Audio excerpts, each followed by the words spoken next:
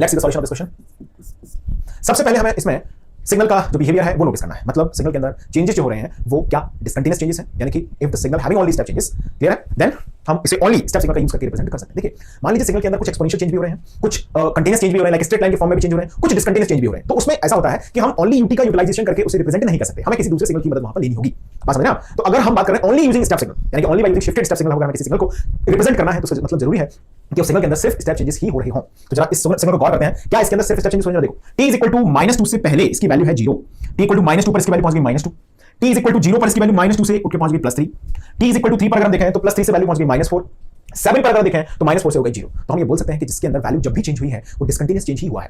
Clear है इतनी बात? ओके, यानी कि इस सिग्नल को हम रिप्रेजेंट कर सकते हैं यूजिंग शिफ्टेड स्टेप सिग्नल। ये बात तो हमने बोली भी है ऑलरेडी क्वेश्चन में, लेकिन हमें ये क्वेश्चन देख के समझ भी ली, हां बिल्कुल इसे रिप्रेजेंट किया जा सकता है। ओके, अब मुझे क्या करना है? अब मुझे दो चीजें नोटिस करनी है। पहली कि टाइम शिफ्टिंग कितनी होगी शिफ्टेड स्टेप सिग्नल के अंदर, टाइम शिफ्टिंग वैल्यू कितनी होगी, तो वो कब होगी? जब हम नोटिस करेंगे किसको? Instant of time eight which step changes. तो जहां जहां भी स्टेप में चेंजेस हुए होंगे वो होगा शिफ्टेड सिग्नल की अमाउंट ऑफ टाइम शिफ्टिंग, पहली चीज। दूसरी चीज कोफिशिएंट कितना होगा, यानी कि किस कोफिशिएंट से स्टेप सिग्नल आपका मल्टीप्लाई होगा, तो वो होगा क्या? Amount of change in step, amount of change in step. Otherwise मैं बोल सकता हूं final minus initial. Final step value कितनी है उसमें से माइनस कर देंगे इनिशियल स्टेप वैल्यू को। Okay, so let's represent this f of t। I am writing it here, f of t। सबसे पहले नोटिस करना है पॉइंट ऑफ टाइम, जहां जहां पर स्टेप में परिवर्तन आया है, फिर हम बात कर लेंगे कोफिशिएंट। चलिए, तो t इक्वल टू -2 मेरे को सबसे पहला पॉइंट ऑफ टाइम देखा।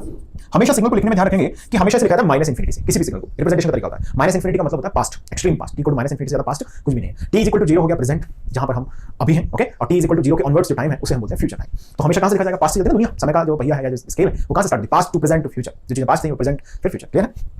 तो u of t minus -2 ये हमने लिखा, पहला चेंज -2 पर हमने नोटिस किया है। Okay, is very first question, so I am going to solve it in proper sequence, otherwise ये आगे चल के हम बहुत बार इन चीजों को यूज करेंगे, हम डायरेक्टली उनको आंसर वहां पर कर देंगे। इसमें बहुत ज्यादा स्ट्रेस इन बातों पर दे रहा हूं, आपको समझ लग रहा हो कि बहुत एक्सप्लेन कर रहे हैं सर, लेकिन इट इज रिक्वायर्ड बिकॉज़ हम पूरा सब्जेक्ट समझना चाहते हैं, तो हमें सिग्नल्स को रिप्रेजेंट करना आना चाहिए, शिफ्ट करना आना चाहिए, स्केल करना आना चाहिए, रिवर्ट करना आना चाहिए। तो ये बहुत फंडामेंटल ऑपरेशन है सभी। टाइम डिफरेंशिएशन सीखेंगे हम सिग्नल का ग्राफ का, कैसे करते हैं वेवफॉर्म को डिफरेंशिएट, कैसे करते हैं उसे इंटीग्रेट, इन सब बातों के बारे में हम लोग बहुत डिटेल में और बहुत प्रॉपर वे में सीखेंगे। ओके, सो ध्यान रखिए, बहुत बेसिक में डिस्कस कर रहा हूं सारी चीजों की, तो आपको ये है कि ध्यान सुनना है मेरी एक बात को, और जो चीज आपको लगती है कि नहीं मालूम है या जो अच्छे पॉइंट्स हैं जो मैं समटाइम लिखाता नहीं हूं, बोलता रहता हूं, तो वो भी आप क्या करें अपनी कॉपी में उनको प्रॉपर्ली नोट करें।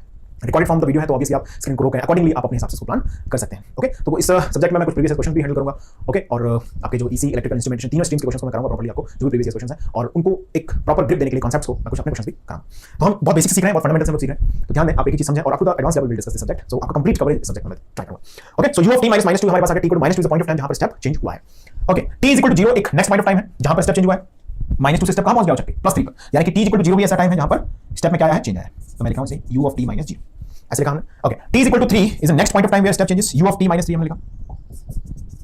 ओके,